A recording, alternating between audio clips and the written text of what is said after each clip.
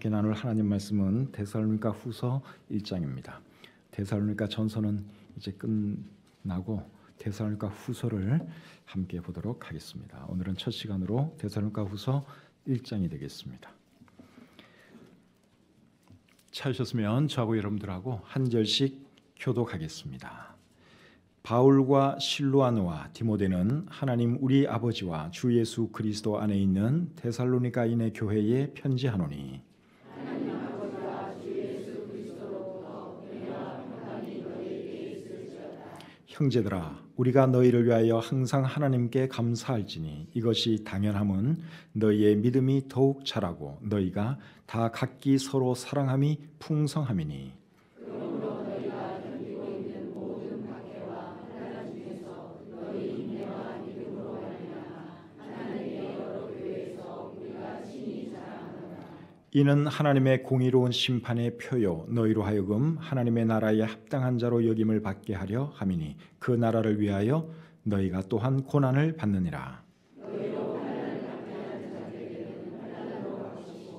환난을 받는 너희에게는 우리와 함께 안식으로 갚으시는 것이 하나님의 공의시니 주 예수께서 자기의 능력의 천사들과 함께 하늘로부터 불꽃 가운데 나타나실 때에 하나님을 모르는 자들과 우리 주 예수의 복음에 복종하지 않는 자들에게 형벌을 내리시니 이런 자들은 주의 얼굴과 그의 힘의 영광을 떠나 영원한 멸망의 형벌을 받으리로다.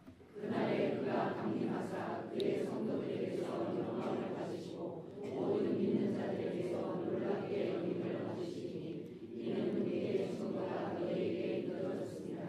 이러므로 우리도 항상 너희를 위하여 기도함은 우리 하나님이 너희를 그 부르심에 합당한 자로 여기시고 모든 선을 기뻐함과 믿음의 역사를 능력으로 이루게 하시고 우리 하나님과 주 예수 그리스도의 은혜대로 우리 주 예수의 이름이 너희 가운데서 영광을 받으시고 너희도 그 안에서 영광을 받게 하려 함이라. 아멘.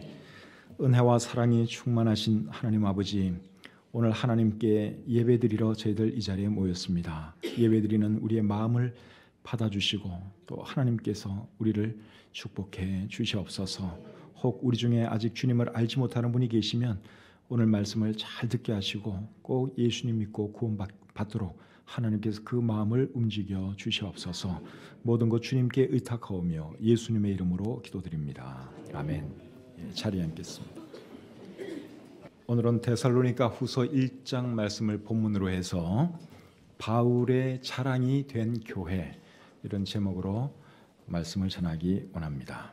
어느 교회가 바울의 자랑이 된 교회일까요? 데살로니가 교회이죠. 우리가 잘 아는 것처럼 데살로니가 교회는 참으로 좋은 교회였습니다. 그래서 사도 바울은 데살로니가 교회만 생각하면 그 마음속에 감사가 있었고 기쁨이 있었습니다. 데살로니가전서 2장 19절과 20절에 보시면 사도 바울이 이런 말을 합니다. 우리의 소망이나 기쁨이나 자랑의 면류관이 무엇이냐? 그가 강림하실 때 우리 주 예수 앞에 너희가 아니냐? 너희는 우리의 영광이요 기쁨이니라. 여러분, 데살로니가 교회 성도들이 얼마나 잘했으면 사도 바울이 그들에 대해서 우리의 소망이고 기쁨이고 영광이다 이런 말을 했겠습니까? 이 데살로니가 교회가 왜 좋은 교회였는지에 대해서는 데살로니가전서 1장에 잘 기록이 되어 있습니다. 데살로니가전서 1장을 읽어보시면 데살로니가 교회 성도들에게는 믿음과 사랑과 소망이 있었습니다. 그리고 그들은 전도도 열심히 했습니다. 그래서 사도 바울은 그 교회에 대해서 모든 믿는 자의 본이 되었다고 했습니다. 그리고 데살로니가 교회 성도들에 대해서는 아무 말도 할 것이 없다 그랬습니다. 너무 잘하니까 모든 면에 있어서 거의 흠이 없으니까 나는 여러분에 대해서 더 이상 할 말이 없다. 사도 바울이 그렇게 말을 했습니다. 그래서 사도 바울 마음속에는 데살로니가 교회 성도들만 생각하면 그 마음속에 하나님께 감사가 있었고 그리고 다른 교회들을 방문할 기회가 생기면 사도 바울은 꼭 데살로니가 교회 성도들에 대해서 칭찬을 했습니다. 자랑을 했습니다. 오늘 보면 3절 4절을 보시면 이제 그런 말씀이 나옵니다. 자, 3절 4절 제가 한번 읽어보겠습니다. 형제들아 우리가 너희를 위하여 항상 하나님께 감사할지니 이것이 당연함은 너희의 믿음이 더욱 자라고 너희가 다 각기 서로 사랑함이 풍성함이니 그러므로 너희가 견디고 있는 모든 박해와 환난 중에서 너희 인내와 믿음으로 말미암아 하나님의 여러 교회에서 우리가 친히 자랑하노라. 방금 읽은 이 말씀에 보시면 항상 하나님께 감사한다는 말이 나와요. 그리고 우리가 친히 자랑한다. 데살로니가 교회 성도들에 대해서 우리가 다른 교회 사람들에게 자랑한다. 그런 말씀을 여기에 하고 있습니다. 그런데 이 말씀을 잘 보시면 사도 바울은 왜 데살로니가 교회 성도들에 대해서 감사를 하고 자랑을 하는지 그 이유를 볼 수 있습니다. 세 가지 이유 때문에 자랑을 하고 있는데, 첫 번째는 그들의 믿음이 잘 자랐기 때문이고, 두 번째는 그들의 사랑이 풍성해졌기 때문이에요. 그리고 세 번째는 그들이 고난 가운데서 인내했기 때문입니다. 3절과 4절에 보시면 그 말씀을 하고 있습니다. 그래서 우리 교회도 하나님께로부터 칭찬 듣는 교회가 되기 위해서는 이 세 가지를 잘해야 하는 것이죠. 그 첫째가 무엇입니까? 믿음이 자라야 한다는 것입니다. 3절 말씀을 우리 같이 한번 읽어보겠습니다. 3절 시작. 형제들아 우리가 너희를 위하여 항상 하나님께 감사할지니 이것이 당연함은 우리의 믿음이 더욱 자라고. 네, 거기까지. 여기 보시면 너희의 믿음이 더욱 자라고. 그래서 왜 사도 바울은 데살로니가 교회 성도들만 생각하면 행복했느냐? 그들의 믿음이 자라고 있었기 때문입니다. 목회자로서 성도들의 믿음이 자라는 것을 보는 것은 대단히 큰 기쁨입니다. 그런데 이 데살로니가 교회 성도들의 믿음이 하루가 다르게 막 자라는 것입니다.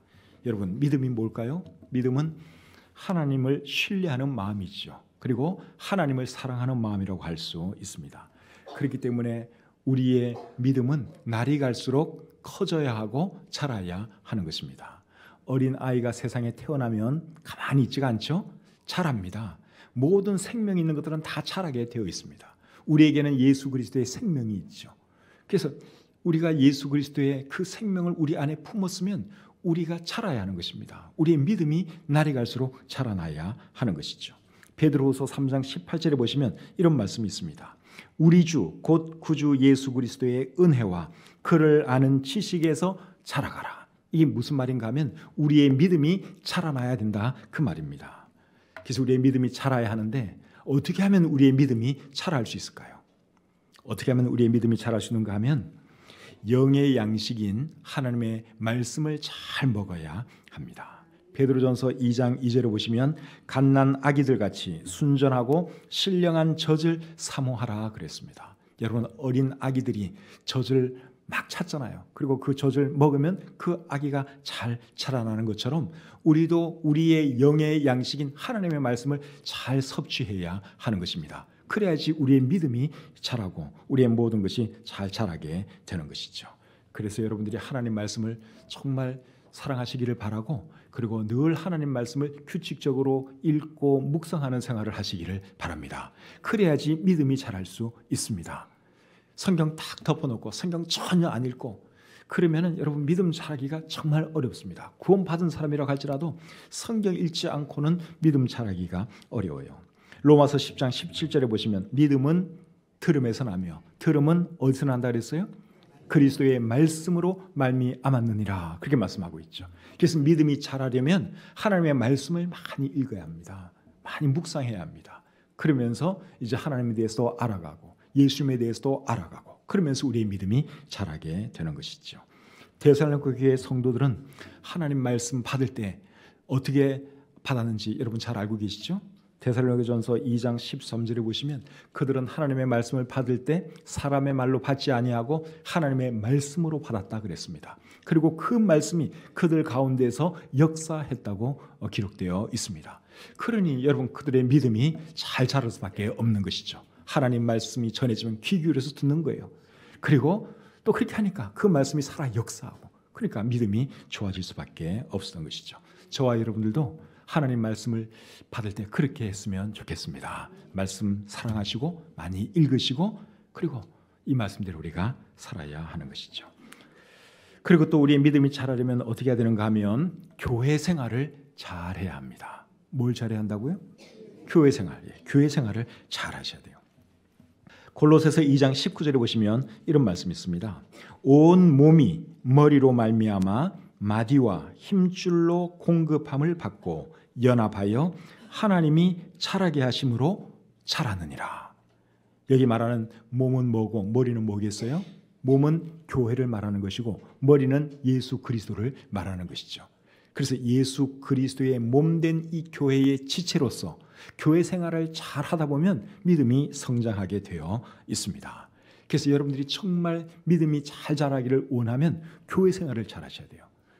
요즘은 교회를 중심으로 신앙생활을 하지 않는 사람들이 굉장히 많다고 합니다. 이제 그들을 가리켜서 가나안 성도라 그래요. 가나안 성도. 가나안을 거꾸로 하면 안 나가잖아요. 그러니까 교회 안 나간다고 해서 가나안 성도라 그래요. 근데 그런 사람들이 굉장히 많답니다. 물론 교회 안 나가도 신앙생활 하려면 할 수 있겠죠. 혼자 말씀 읽고 혼자 기도하고 또 인터넷 들어가서 가끔씩 목사님들 설교 듣고 얼마든지 신앙생활 할 수 있어요. 그런데 여러분 진짜 제대로 믿음 생활 잘 하려면 교회 중심으로 신앙생활을 해야 합니다. 에베소서 5장 29절과 30절에 보시면 이런 말씀이 있습니다. 에베소서 5장 29절 30절 말씀 제가 한번 읽어드릴게요. 누구든지 언제나 자기 육체를 미워하지 않고 오직 양육하여 보호하기를 그리스도께서 교회에게 함과 같이 하나니 우리는 그 몸의 지체임이라. 이 말씀을 잘 보시면 예수 그리스도께서 교회를 양육하고 보양하고 지켜주실 것을 말씀하고 있습니다. 그래서 개별적으로도 신앙생활을 할 수 있지만 하나님께서 교회를 괜히 세운 게 아니잖아요. 이 교회는 예수 그리스도의 몸이라 그랬는데 왜 교회를 세우셨겠어요? 믿는 사람들을 함께 양육하고 함께 지키고 보호해주시기 위해서 하나님께서는 교회를 이 땅에 세우신 것입니다. 그래서 여러분들이 교회 떠나서 신앙생활을 하려고 하지 마시고 항상 교회의 한 일원으로서 신앙생활을 하십시오. 그래야지 여러분들의 믿음이 잘 자랄 수 있습니다. 만약에 데살로니가 교회 성도들이 데살로니가 교회라는 울타리를 벗어나서 그냥 제각기 신앙생활을 했다면 어떻게 되었을까요? 아마 데살로니가 교회라는 그런 아름다운 교회가 생겨나지도 않았겠고 개인들의 믿음도 그렇게 잘 자라지 않았을 것입니다. 그런데 데살로니가 교회라고 하는 그 교회 조직체 안에서 그들이 함께 교제하고 함께 예배드리고 함께 하나님 말씀을 배우고 그러다 보니까 믿음이 잘 자랄 수 있었던 것이죠. 그래서 교회 신앙생활은 항상 무엇을 중심으로 하라고요? 교회를 중심으로 할 때 믿음이 잘 자랄 수 있습니다. 그리고 또 믿음이 잘 자라려면 진실된 말을 하고 진실된 생활을 해야 합니다. 내가 생활을 어떻게 하느냐, 내가 말을 어떻게 하느냐, 여기 따라서 내 믿음이 잘 자랄 수도 있고 잘 자라지 못할 수도 있습니다. 에베소서 4장 15절에 보시면 이런 말씀이 있어요. 오직 사랑 안에서 참된 것을 하여 범사에 그에게까지 자랄지라. 여기 보면 이제 자라는 것에 대해서 말씀을 하는데 이렇게 말을 해요. 참된 것을 하여 범사에 그에게까지 자랄지라. 헬라 성경에는 참된 것을 말하여 그에게까지 자랄지라 그렇게 되어 있습니다. 그래서 믿음이 자라려면 말을 하더라도 참된 말을 해야 하는 것이고 행동을 하더라도 참된 행동을 해야 하는 것이죠. 막 아무 말이나 하고 아무 행동이나 하면 절대로 믿음이 잘 자랄 수가 없습니다. 그래서 우리가 말을 하고 행동을 할 때는 누구처럼 하면 좋을까요? 예수님처럼 하면 좋죠. 예수님이 말했듯이 우리도 말하고 예수님께서 행동하신 것처럼 우리도 행동하고 그러다 보면 누구 닮아가겠습니까? 예수님 닮아가는 거죠. 그래서 의식적으로 내가 예수님처럼 말하려고 노력을 해야 되는 거예요. 예수님처럼 살아가려고 노력을 해야 하는 것입니다. 그러다 보면 어느 순간 내가 예수님을 닮아 있는 그런 사람이 되어 있는 것이죠. 그만큼 자란 것입니다. 그래서 믿음이 자라려면 어떻게 해야 되는지 여러분들이 들으셨어요. 잘 기억하시고 꼭 그렇게 실천하심으로 여러분의 믿음이 잘 자랄 수 있기를 바랍니다.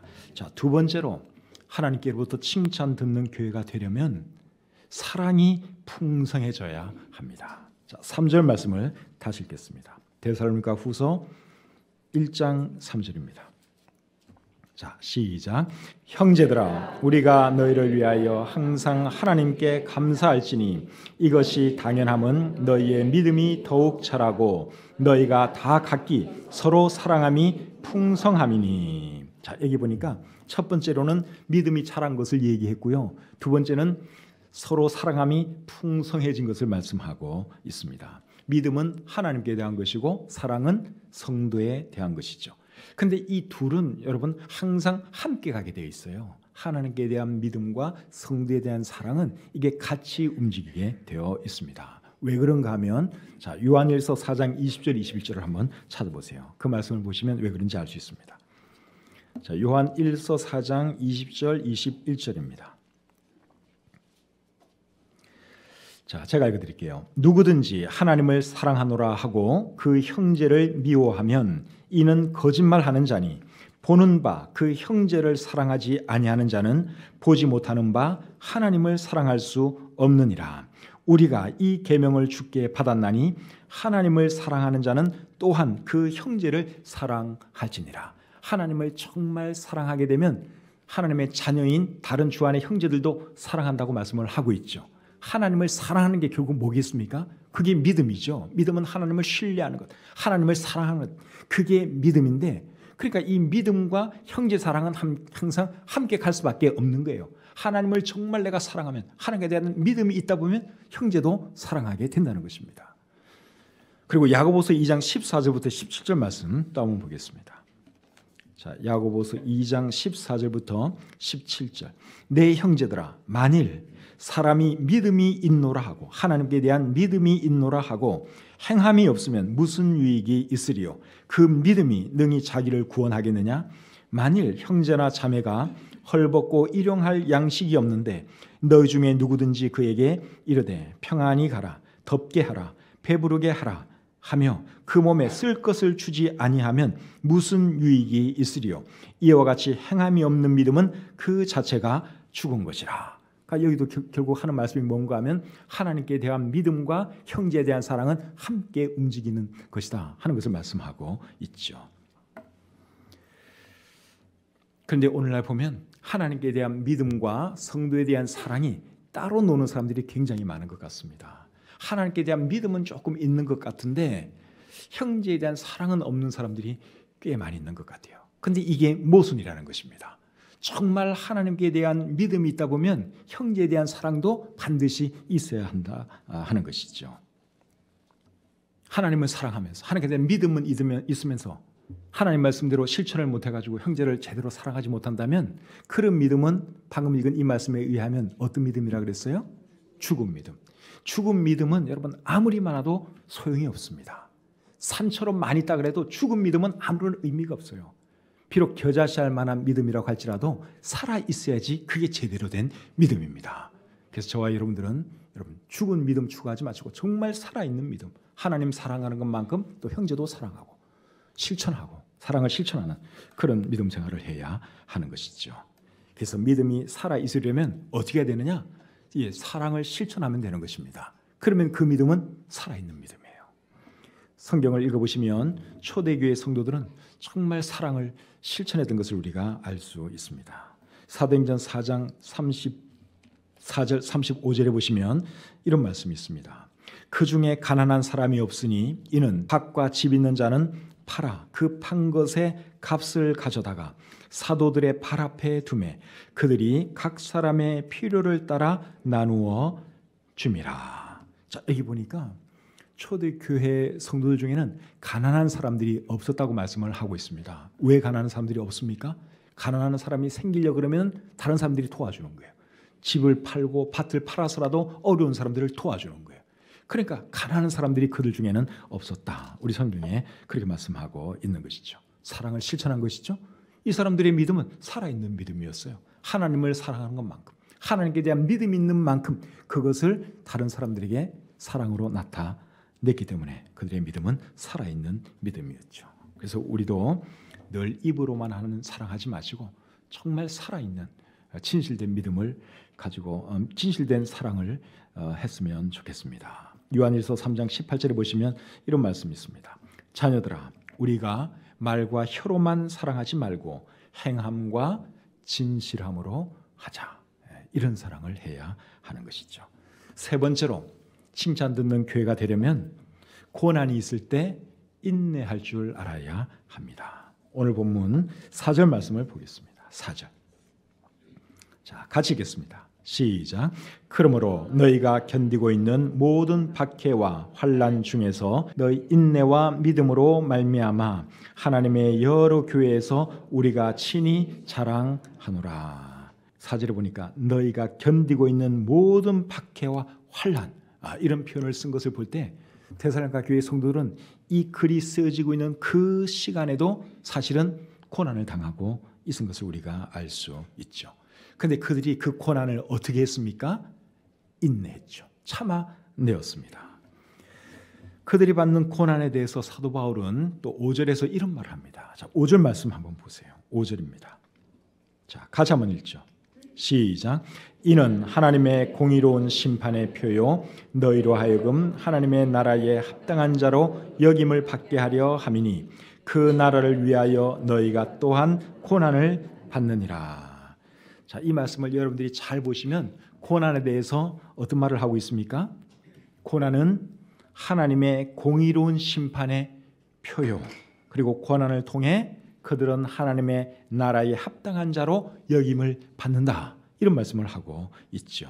이게 무슨 말인가 하면 하나님은 그리스도인들이 받는 고난에 대해서 계속 참고만 있는 분이 아니라는 것입니다. 때가 되면 공의로 심판하신다는 것입니다. 그리고 고난을 이겨낸 그리스도인들에 대해서는 하나님 나라에 합당한 자로 인정해 주신다. 그런 의미입니다. 6절 7절 말씀 또 보겠습니다. 6절 7절.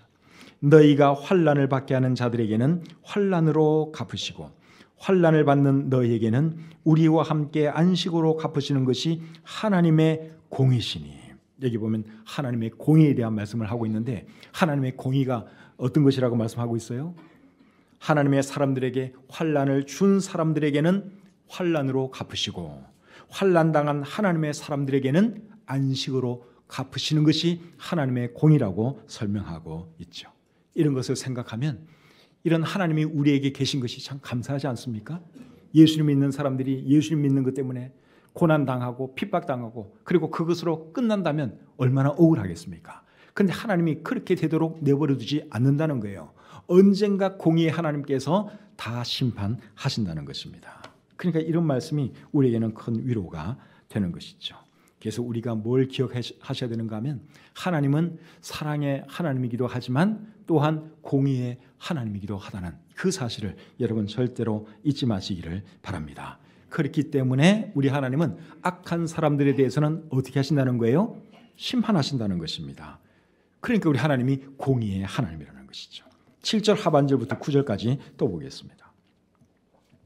주 예수께서 자기의 능력의 천사들과 함께 하늘로부터 불꽃 가운데에 나타나실 때에 하나님을 모르는 자들과 우리 주 예수의 복음에 복종하지 않는 자들에게 형벌을 내리시리니 이런 자들은 주의 얼굴과 그의 힘의 영광을 떠나 영원한 멸망의 형벌을 받으리로다. 자, 여기 보시니까 하나님을 모르는 사람들과 예수 그리스도의 복음에 복종하지 아니한 사람들에게는 형벌을 내린다고 말씀을 하고 있죠. 근데 그 형벌이 어떤 형벌인가 하면 영원한 멸망의 형벌이라고 했습니다. 그리고 7절에 보니까 예수님이 하늘로부터 불꽃 가운데 나타나신다. 이런 표현을 하고 있는데 이것은 우리 예수님께서 심판주로 다시 오시는 것을 묘사한 글이죠. 그래서 우리 예수님은 다시 오시는데 다시 오실 때는 구원주로 오시는 것이 아니라 심판주로 오신다고 하는 것을 저와 여러분들이 꼭 기억할 필요가 있습니다. 2000년 전에는 십자가에 달려 죽기 위해서 오셨어요. 그런데 다시 오실 때는 믿지 않는 사람들, 악한 사람들을 심판하시기 위해서 불꽃 같은 눈을 가지고 우리 주님이 다시 오신다는 것입니다. 다시 오시는 우리 주님의 모습에 대해서는 요한계시록 19장에 잘 기록이 되어 있습니다. 요한계시록 19장 11절부터 16절 말씀을 제가 한번 읽어드리겠습니다. 또 내가 하늘이 열린 것을 보니 보라 백마와 그것을 탄 자가 있으니 그 이름은 충신과 진실이라. 그가 공의로 심판하며 싸우더라.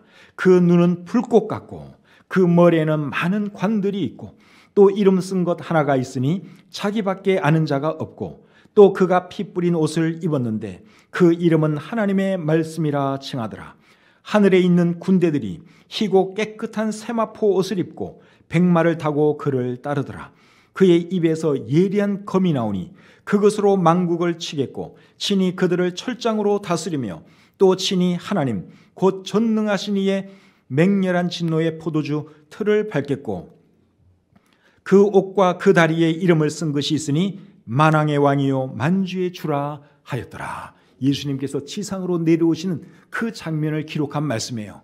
그래서 다시 오실 때는 정말 무서운 심판주로 오신다고 하는 것을 우리가 알아야 합니다. 그래서 예수님을 믿어야 하는 것이죠. 지금은 예수님을 안 믿을 수 있어요. 천국 지옥 그런 거 어디냐 말할 수 있어요. 그러나 여러분 두고 보세요. 우리 예수님께서 오셔서 그런 사람들 반드시 심판하실 것입니다. 예수님께서 세상을 심판하시는 모습은 요한계시록 20장 11절부터 15절에 잘 기록이 되어 있습니다. 또 내가 크고 흰 보좌와 그 위에 앉으신 이를 보니 땅과 하늘이 그 앞에서 피하여 간 데 없더라. 또 내가 보니 죽은 자들이 큰 자나 작은 자나 그 보좌 앞에 서 있는데 책들이 펴 있고 또 다른 책이 펴졌으니 곧 생명책이라. 죽은 자들이 자기 행위를 따라 책들에 기록된 대로 심판을 받으니 바다가 그 가운데에서 죽은 자들을 내주고 또 사망과 음부도 그 가운데서 죽은 자들을 내주매 각 사람이 자기의 행위대로 심판을 받고 사망과 음부도 불못에 던져지니 이것은 둘째 사망 곧 불못이라. 누구든지 생명책에 기록되지 못한 자는 불못에 던져지더라. 예수님께서 심판주로서 믿지 않는 사람들을 심판하시는 내용입니다. 그래서 여러분 언제가 우리 예수 그리스도는 다시 오십니다. 다시 오실 때는 여러분 심판주로 오시고 그리고 이 세상의 모든 믿지 않는 사람들, 악한 사람들을 예수님께서 심판하신다는 것을 알아야 합니다. 요한계시록 21장 8절에는 또 이런 말씀이 있습니다. 그러나 두려워하는 자들과 믿지 아니하는 자들과 흉악한 자들과 살인자들과 음행하는 자들과 점술가들과 우상 숭배자들과 거짓말하는 모든 자들은 불과 유황으로 타는 못에 던져지리니 이것이 둘째 사망이라. 사람은 한 번 죽음으로 끝나는 것이 아니에요. 둘째 사망이라는 것이 있습니다. 하나님께로부터 심판받는 그것을 우리 성경은 둘째 사망이라고 했습니다. 거듭나지 못한 사람은 여러분 죽은 뒤에 반드시 하나님의 심판을 받는다고 하는 것을 우리 성경이 말씀하고 있어요. 그러니까 예수님을 믿어야 하는 것이죠. 살았을 때는 예수님을 안 믿을 수도 있고 또 예수 믿는 사람들을 핍박할 수도 있습니다. 그러나 하나님께서 살아계시고 공의의 하나님께서 모든 것을 심판하신다고 하는 것을 꼭 기억해야 하는 것이죠. 그리고 심판을 받으면 이제 어떻게 된다고 말씀을 했죠? 불못에 던져진다고 여기 말씀하고 있습니다. 그 불못의 고통은 영원한 멸망의 형벌이라고 오늘 이 본문에서 말씀을 하고 있는데 마가복음 9장 48절과 49절에 보시면 지옥에 대해서 이런 말을 합니다. 거기에서는 구더기도 죽지 않고 불도 꺼지지 아니하느니라. 사람마다 불로써 소금 치듯 함을 받으리라. 여러분 죽지도 않고 영원토록 고통당하는 것을 한번 생각해 보십시오. 정말 무섭죠. 그래서 사람은 예수님을 믿어야 되는 것이고 하나님을 섬기면서 살아야 하는 것입니다. 반대로 예수님을 믿는 사람들에 대해서는 우리 하나님께서 어떻게 해주시느냐? 영원한 안식을 주실 것이라고 말씀하고 있습니다. 본문 7절을 여러분 다시 한번 보겠습니다. 7절 환난을 받는 너희에게는 우리와 함께 안식으로 갚으시는 것이 하나님의 공이시니. 믿지 않는 사람들, 예수 믿는 사람들을 핍박하는 사람들에게는 형벌로 갚으시는 분이 우리 하나님이시고 예수님을 믿는 사람들 또 핍박을 잘 이겨낸 사람들에게는 안식으로 갚으시는 분이 우리 하나님이라는 것입니다. 요한계시록 21장에 보시면 우리가 안식을 누리게 될 그 천국에 대해서 잘 기록을 하고 있는데 거기에는 눈물도 없고 고통도 없고 죽음도 없는 곳이라고 설명하고 있죠. 그리고 모든 것이 황금과 보석으로 꾸며져 있다고 말씀하고 있습니다. 그곳에서 우리 하나님의 자녀들은 영원토록 주님과 함께 안식을 누리게 되는 것이죠. 그리고 오늘 보면 12절에 보면 또 주님과 함께 영광 누리게 될 것에 대해서도 말씀을 하고 있습니다. 본문 12절 같이 읽겠습니다. 시작. 우리 하나님과 주 예수 그리스도의 은혜대로 우리 주 예수의 이름이 너희 가운데서 영광을 받으시고 너희도 그 안에서 영광을 받게 하려 함이라. 그 부분에 보니까 너희도 그 안에서 영광을 받게 하려 함이라. 우리가 이 땅을 살아가다 보면 고난도 당하고 핍박도 당하지만 그러나 잘 참고 견디면 결국 주님과 함께 영광도 누리게 됩니다. 그것을 우리가 꼭 기억해야 하는 것이죠. 그렇기 때문에 고난이 있어도 어떻게 되는 거예요? 참아야죠. 인내해야 하는 것입니다. 데살로니가 교회 성도들이 그렇게 했습니다. 데살로니가 교회는 정말 좋은 교회였어요. 그래서 사도 바울은 데살로니가 교회만 생각하면 하나님께 감사가 나오고, 그리고 다른 교회 앞에 가게 되면 항상 데살로니가 교회에 대해서 자랑을 했습니다. 그래서 우리 교회도 정말 좋은 교회가 되려면 어떻게 해야 되느냐? 데살로니가 교회 성도들처럼 믿음이 자라야 하고, 그리고 사랑이 풍성해져야 하고, 그리고 세 번째로는 고난이 오면 인내할 줄 알아야 하는 것이죠. 그래서 이 세 가지를 실천함으로 우리 교회도 데살로니가 교회와 같은 정말 아름다운 교회, 주님께로부터 칭찬 듣는 교회, 그런 교회가 되었으면 좋겠습니다. 오늘 본문 11절 마지막으로 살펴보고 말씀을 마치겠습니다. 본문 11절입니다. 시작. 이러므로 우리도 항상 너희를 위하여 기도함은 우리 하나님이 너희를 그 부르심에 합당한 자로 여기시고 모든 선을 기뻐함과 믿음의 역사를 능력으로 이루게 하시고. 11절 말씀을 표준 세번역 성경으로 읽으면 이해하기가 훨씬 더 쉽습니다. 제가 표준 세번역으로 다시 한번 읽어드리겠습니다. 우리는 언제나 여러분을 위하여 기도합니다. 우리는 우리 하나님께서 여러분을 그의 부르심에 합당하게 하시고 또 모든 선한 뜻과 믿음의 행위를 그의 능력으로 완성해 주시기를 빕니다. 사도 바울이 데살로니가 교회 성도들을 위해서 하나님께 기도한 내용이에요. 기도한 내용이 결국 뭡니까? 하나님의 부르심에 합당하게 살아가게 해달라고 기도했고, 그리고 모든 선한 뜻과 믿음의 행위를 그의 능력으로 완성해 달라고 기도했습니다. 이 기도가 저와 여러분들의 삶에도 이루어졌으면 좋겠습니다. 그런 은혜가 하나님께로부터 저와 여러분들에게 있기를 우리 주님의 이름으로 축복합니다. 기도하겠습니다. 하나님 아버지, 데살로니가 후서 1장 말씀을 통해서 우리가 어떤 사람들이 되어야 하고 우리 교회가 어떤 교회가 되어야 하는지 가르쳐 주셔서 감사합니다. 우리의 믿음이 늘 어린 아이 수준에 머물지 않도록 도와주시고 시간이 감에 따라 자라게 하시고 또 성숙해져서 정말 주님을 닮은 그런 사람들이 되게 해 주시옵소서. 또 믿음이 자람에 따라 우리의 사랑도 더욱더 풍성해지기를 원합니다. 믿음 따로 사랑 따로가 아니라 정말 하나님께 대한 믿음과 성도에 대한 사랑이 늘 병행하는 그런 살아있는 믿음을 가지고 살아가는 우리가 되게 해 주시옵소서.